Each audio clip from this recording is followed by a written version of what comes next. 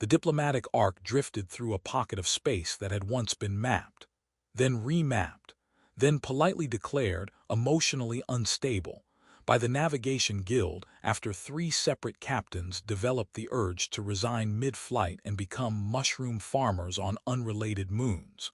Inside, the corridors adjusted their own angles depending on who was walking.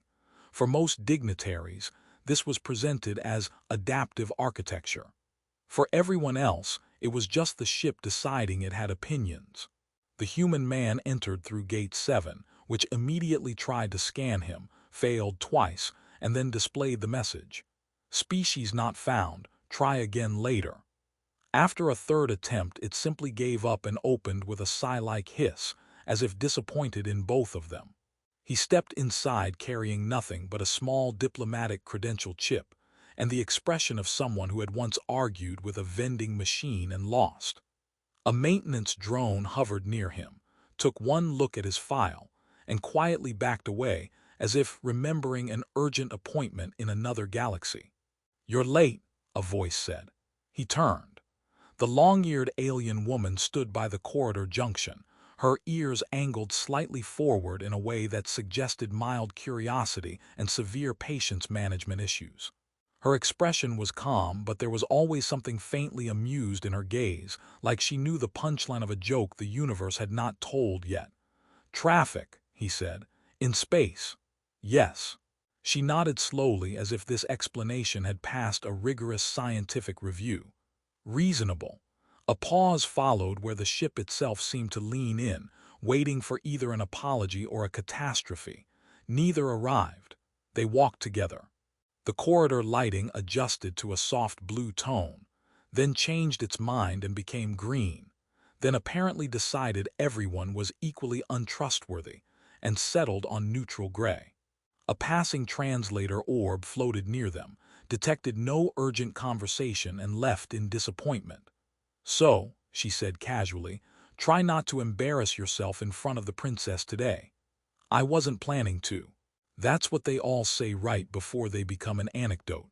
I don't want to be an anecdote. Too late, you already have hair. That alone makes you a cultural curiosity. He sighed. "That's not how anthropology works." "It is on this ship," she replied. "Here, if you have hair, 3 species assume you're either wise, edible, or a warning sign." They turned a corner and entered the grand assembly chamber, where gravity was slightly ceremonial and slightly confused. Floating platforms arranged themselves into a loose spiral around a central void window. Through it, space stretched like ink spilled across glass. The alien princess arrived like an announcement that refused to be ignored. She did not walk so much as command the environment to agree she was present. Even the air seemed to straighten itself. She looked at the long-eared woman first. "Oh," the princess said, voice sweet in the way sharp objects can sometimes be sweet if they are also expensive. "You brought your background accessory." A few dignitaries chuckled on cue. The long-eared woman tilted her head. "I prefer portable existential commentary, but I accept background accessory if you're working with limited vocabulary." One of the chuckles turned into a cough. Someone dropped a ceremonial data tablet. It made a sound like regret hitting the floor. The princess's gaze slid to the human. "And this is, what exactly?" she asked. "A delegate," he said. "That's generous," she replied. "He looks like a misplaced maintenance error." "I've been called worse," he said politely, "usually by elevators." The princess circled slightly, studying him as though he might suddenly reveal himself to be furniture. "Tell me," she said, "what is your function in a room full of actual power?" The long-eared woman answered instead. "He is mostly used to reduce the average arrogance density of the environment." "That is not a recognized diplomatic role," the princess said. "It should be," the woman replied. "It's very effective. The ship's AI has stopped overclocking in his presence." At that moment, as if offended by being mentioned, the ship's AI issued a soft chime. "Correction," it said. "I am still overclocking. I am simply doing it with dignity." A few council members laughed despite themselves. The princess did not. Before she could respond, the alert came. It began as a vibration in the air, like reality clearing its throat. Then the external sensors lit up across the chamber wall, patterns of movement in deep space, clustered, deliberate, wrong in the way predatory things are wrong when they are too confident. A war analyst somewhere whispered, "That's not a trade convoy." Someone else whispered back, "Nothing that size has ever been a trade convoy." The princess smiled slightly. "Finally," she said, "something interesting." But the long-eared woman's ears shifted. Not dramatically, just enough that anyone paying attention would notice she had stopped being bored. The human leaned slightly toward the observation glass. "They're moving weird," he said. "They always move weird," the princess replied. "That is the definition of predatory class entities." "No," he said slowly. "I mean like they're avoiding something." A silence fell that did not belong to diplomacy. The creatures outside adjusted formation, then stopped, then began to retreat, not slowly, not cautiously, like someone had just reminded them they left the oven on in another galaxy. The princess blinked once. "That is not standard behavior." The ship AI added helpfully, "Statistical probability of spontaneous predator retreat without engagement, approximately 1 in 7 trillion. The long-eared woman raised a hand slightly. "They're well trained," she said. The princess turned sharply. "Trained by whom?" The woman considered this. "Let's say mutual understanding." The human frowned. "I didn't do anything." The woman glanced at him. "Yes, that's usually how it happens." Outside, one of the creatures drifted closer again, as if reconsidering. The entire chamber tightened in collective anticipation. It paused directly aligned with the human's position. Then, very abruptly, it veered away so fast the sensors had to recalibrate twice to accept it had not simply stopped existing.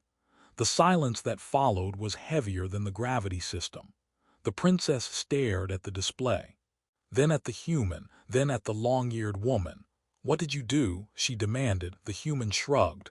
"I think it didn't like me." "That is not an explanation." "It is emotionally accurate," the ship AI offered. The long-eared woman exhaled, almost like laughter. "They remember things," she said softly. "Predatory void entities do not remember things," the princess snapped. "They do when they're persuaded politely enough," the woman replied. The princess stepped closer, her voice dropping.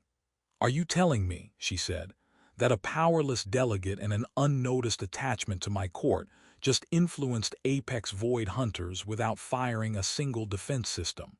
The woman tilted her head again, ears shifting faintly. "Influenced is such a strong word. I prefer encouraged them to rethink their life choices." The human leaned toward her, whispering, "Did you just threaten them?"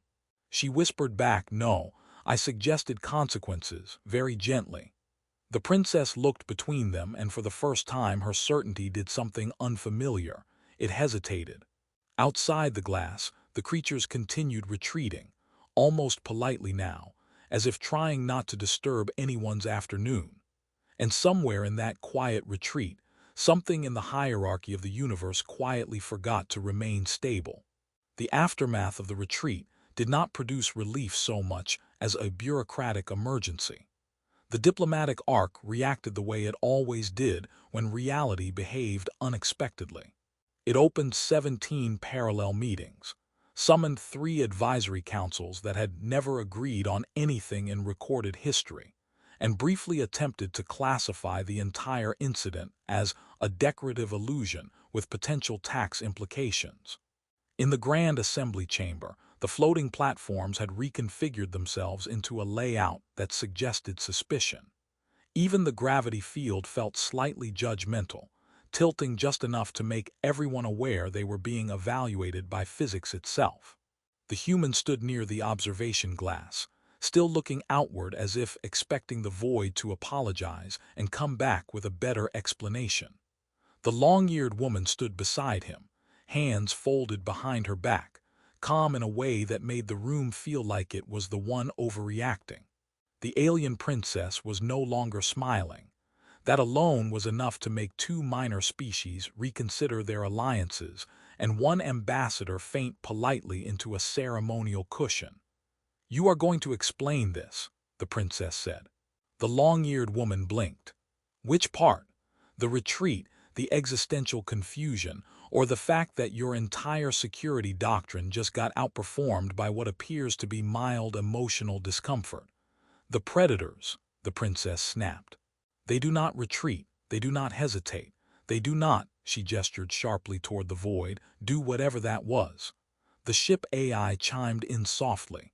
"Correction, they do whatever that was approximately 0 recorded times." "Not helping," the princess said. "I was not attempting assistance," the AI replied. "I was attempting accuracy." A diplomatic envoy from the Jacari cluster raised a cautious hand.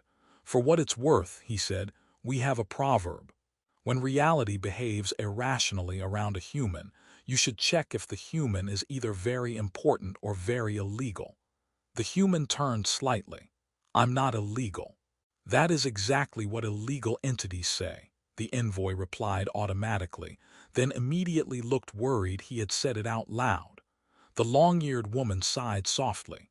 "We are drifting from the point." The princess stepped closer to her, eyes narrowed. "The point is that something around him repelled apex predators." The woman said, "Yes, that should not be possible, correct, and yet it happened." "Yes." A pause. The princess looked at the human. "Do you have any idea what you are?" He considered this seriously. "Mostly tired." "That is not a classification," she said. "It is in human systems," he replied. "Right between functioning and need snacks." A few distant chuckles escaped before being aggressively suppressed by protocol officers. The princess turned back to the woman. "You knew." "I suspected," the woman said. "You suspected," the princess repeated, voice tightening.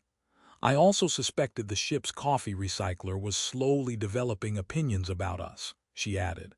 "Turns out I was correct on both counts, so my track record remains statistically comforting." The coffee recycler in the corner beeped once, offended. The human glanced at it. "Is that thing self-aware?" "It claims not to be," the ship AI said. "However, it has begun requesting emotional support filters for espresso." The princess pinched the bridge of her nose. "Focus." The long-eared woman's ears angled slightly backward, a gesture that might have been amusement or mild sympathy. "Fine, you want the truth?" "Yes." She looked at the human. "They don't attack what they can't categorize safely." The princess frowned. "That is nonsense." "It is also consistent behavior across 7 recorded predator classes," the woman said. "They don't fear him. Fear is too simple. Fear requires recognition. They do something worse." The human raised an eyebrow. "Worse than fear sounds like a bad marketing slogan." "They avoid," she said. The princess scoffed. "Avoidance is fear." "No," the woman replied calmly. "Avoidance is instinctive disinterest paired with survival recalculation. It means your existence is registered as not worth the cost of engagement." The room went quiet in a way that felt like everyone was suddenly rereading their own personal significance. The human blinked. "So I'm boring to space monsters." The woman nodded deeply. "That's kind of insulting." "It is," she agreed, "but also extremely useful." The princess turned sharply. "Useful for whom?" Before the woman could answer, the ship jolted slightly. Not violently, more like it had remembered something embarrassing from 3 cycles ago. The AI spoke again. "Incoming anomaly detected. Unscheduled biological signatures approaching hull perimeter." The display flared. This time the movement outside was closer, faster, more deliberate. The creatures had returned, but not in formation, not cautiously, individually. Like curiosity had replaced their earlier scheduling conflict. A low ripple of alarm moved through the chamber. Defensive protocols flickered online, then hesitated, as if unsure whether this counted as an attack or a misunderstanding. The princess straightened. "Lock external defenses." "They are already locked," the ship AI said. "They are also confused. That is not a state of defense systems. It is now." The creatures approached again. And again something strange happened. They slowed near the same region of space. Not all of them, just enough. As if there was an invisible boundary they were unwilling to define too clearly. The human leaned forward slightly. "They're doing it again." The long-eared woman nodded once. "Yes." The princess looked between them, voice sharp. "If this is some kind of coordinated manipulation." "It isn't," the woman said. "Then what is it?" The woman hesitated for the first time. Just a fraction. Then she reached to her wrist and tapped a faint interface that only became visible when she did so, like the ship itself had been waiting for permission to notice it. A subtle pulse spread outward through the chamber systems. The predators outside paused, then shifted, then drifted away again. The princess froze. "You just influenced them." "I stabilized them," the woman corrected. "That is influence." "That is diplomacy," she replied. The human frowned. "Wait, you can talk to them." The woman looked at him. "Not talk." "Then what?" She glanced toward the glass. "Encourage behavior patterns." The ship AI chimed in. Translation. Behavioral suggestion via resonance imprinting. The human nodded slowly, so like cosmic dog training. The woman paused. "That is offensively accurate." The princess stared at her. "You have been doing this without authorization." "I prefer without unnecessary committee involvement," the woman said. "That is the same thing." "No," the woman replied gently. "One involves paperwork." A distant alarm briefly tried to assert itself, then gave up mid-siren as if realizing it would not be respected. The creatures outside had stopped again, this time closer than before. One of them hovered almost lazily near the hull, tilting as if examining something it did not understand but was also not particularly interested in breaking. The human scratched his head. "I feel like I'm missing something important." The woman glanced at him. "You are. That is not comforting. It wasn't meant to be." The princess stepped forward, voice low and dangerous. "If they are avoiding him because of you, then you are either controlling them or hiding something about him." The woman looked at her. For a moment, even the ship's lighting seemed to hesitate. Then she smiled faintly. "Both assumptions are incorrect," she said. The princess narrowed her eyes. The human sighed. "I really do like how often I end up being the unknown variable in conversations like this." The woman reached out and adjusted his collar slightly, like correcting a misaligned sensor. "Don't worry," she said softly. "You're not the variable." She paused. "You're the constant." Outside, the predators drifted further away again, almost bored now. And for the first time, the princess realized something unsettling. The universe had not changed its rules. It had simply been quietly following a set of rules she had never been taught to read. The Ark had developed a new habit by the third cycle. It no longer pretended to understand what was happening. Instead, it issued brief, resigned status updates like "reality instability," "manageable," and "please stop asking the void questions." It does not like it. The diplomatic chamber, once filled with rigid ceremony, now felt like a space that had collectively accepted it was no longer the smartest entity in the room. Even the gravity field had stopped adjusting itself with confidence. It now hovered in a kind of embarrassed neutrality, like it was afraid of stepping on the wrong idea. The human stood at the center of it all, not dramatically, not as if he had chosen the position. He just happened to be where the attention kept collapsing. The long-eared woman stood slightly behind him, arms loosely folded, ears angled in a relaxed curve that suggested she was finally enjoying herself. Which, on record, was rare enough that one of the ship's historians immediately began documenting it under mythological phenomena. The alien princess stood across from them. For once, she was not surrounded by attendants. For once, no one laughed when she spoke. That fact alone had changed the temperature of the room more than any environmental system ever could. "I want clarity," the princess said. The ship AI responded immediately. "Clarity is currently experiencing a scheduling conflict." "Override it," she snapped. "Attempting," the AI said. "Clarity has declined your request." A pause. The human leaned slightly toward the woman. "Your ship talks back a lot." It has standards, she whispered. I noticed. The princess stepped forward. You will explain what he is. The woman looked at the human, then back at the princess. He is a human. That is not sufficient. It rarely is, she replied. The princess's gaze sharpened. The predators returned. Yes, they approached again. Yes, they avoided him again. Yes, and you continue to act as if this is ordinary. The woman tilted her head. It is becoming familiar. The princess's voice rose slightly. Familiar is not the same as acceptable. The human raised a hand. Can I just say something before this turns into another interstellar shouting segment? No one stopped him. He nodded as if that was already too much permission. I didn't do anything special. I'm not controlling anything. I'm not a secret warlord or a space wizard or whatever the diplomatic imagination is currently suggesting. The ship AI chimed in. Correction, no evidence of wizard classification. Thank you, he said. However, the AI added, absence of evidence does not constitute absence of confusion. The human sighed. Of course it doesn't. The long-eared woman stepped forward slightly. He is not causing their behavior, she said. He is being registered by their systems in a way that interrupts predation logic. The princess narrowed her eyes. Explain that in words that do not sound like academic evasion. The woman exhaled. They see him as non-interactable. The human blinked. That sounds like a polite insult. It is not an insult, she said.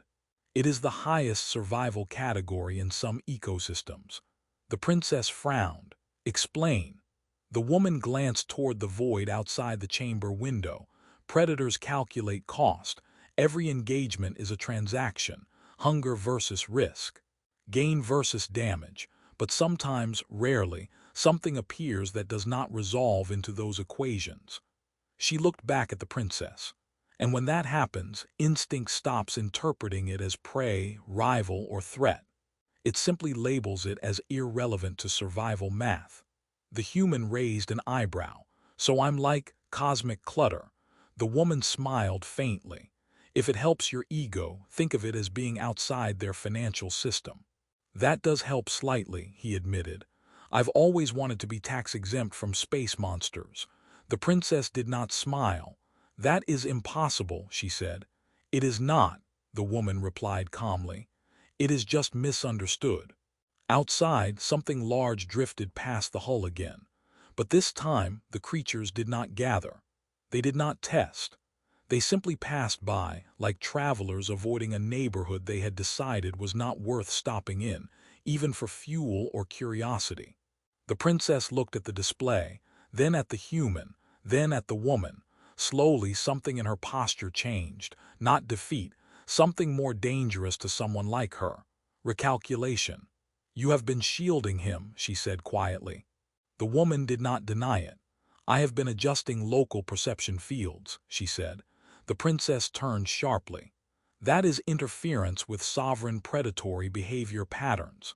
It is called coexistence in less dramatic languages, the woman replied. The princess's voice dropped. Why? The woman looked at the human for a long moment.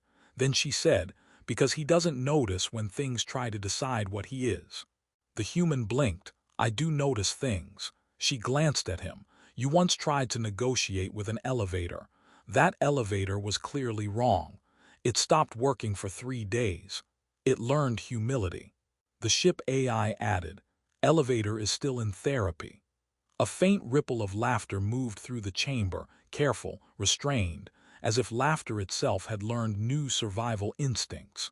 The princess stared at the human again, but differently now. Less as an insult, more like an unresolved equation. So what happens now? She asked. The woman shrugged. Nothing dramatic. The human immediately said, that feels like a lie. It is a promise, she corrected. The princess narrowed her eyes.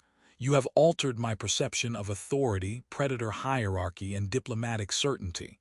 That was not the goal, the woman said. What was the goal? The woman considered it. Then said simply, to keep him uninteresting to things that hunt meaning. The human pointed at himself. I would like it officially recorded that I did not apply for that role.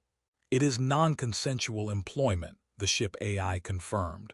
Very common in your species' historical records. The human sighed, "Great." The princess stood still for a long moment. Then she said very quietly, "If he is this, absence in their systems, then why does he matter at all?" The woman's ears shifted slightly. For the first time her tone softened in a way that was not playful or ironic. "Because absence is not emptiness," she said. "It is resistance to classification." The human looked at her. "That sounds like something I should put on a mug." "You would spill coffee on it," she replied. "Accurate." The princess exhaled slowly. Then, unexpectedly, she laughed once. Not loud, not performative. A single sound that felt like it had taken a long time to allow itself to exist. "This is the most insulting political outcome I have ever witnessed," she said. The human nodded. "I feel like that's fair." The woman added, "It improves over time." The princess looked at them both, then at the empty space where predators used to be a problem. Finally, she said, "So what now?" "I simply accept that a human is structurally inconvenient to the universe." The ship AI responded, "Recommended action, yes." The princess narrowed her eyes at the AI. "You are becoming too comfortable with sarcasm." "I am adapting," it replied, "like everyone else." Silence followed, not heavy this time, just settled, the kind that comes when something no longer demands to be fought. The princess stepped back. "I do not concede defeat," she said. The woman nodded. "Noted. I am simply postponing judgment." "That is very on brand for you," the human said. She glared at him. He added quickly, respectfully. That seemed to satisfy her slightly. She turned to leave, then paused. "Without looking back," she said, "if you ever discover what he truly is," the woman answered, "we probably won't." The princess frowned. "Why not?" The woman glanced at the human, who was now attempting to convince a maintenance drone that it was overthinking its job description.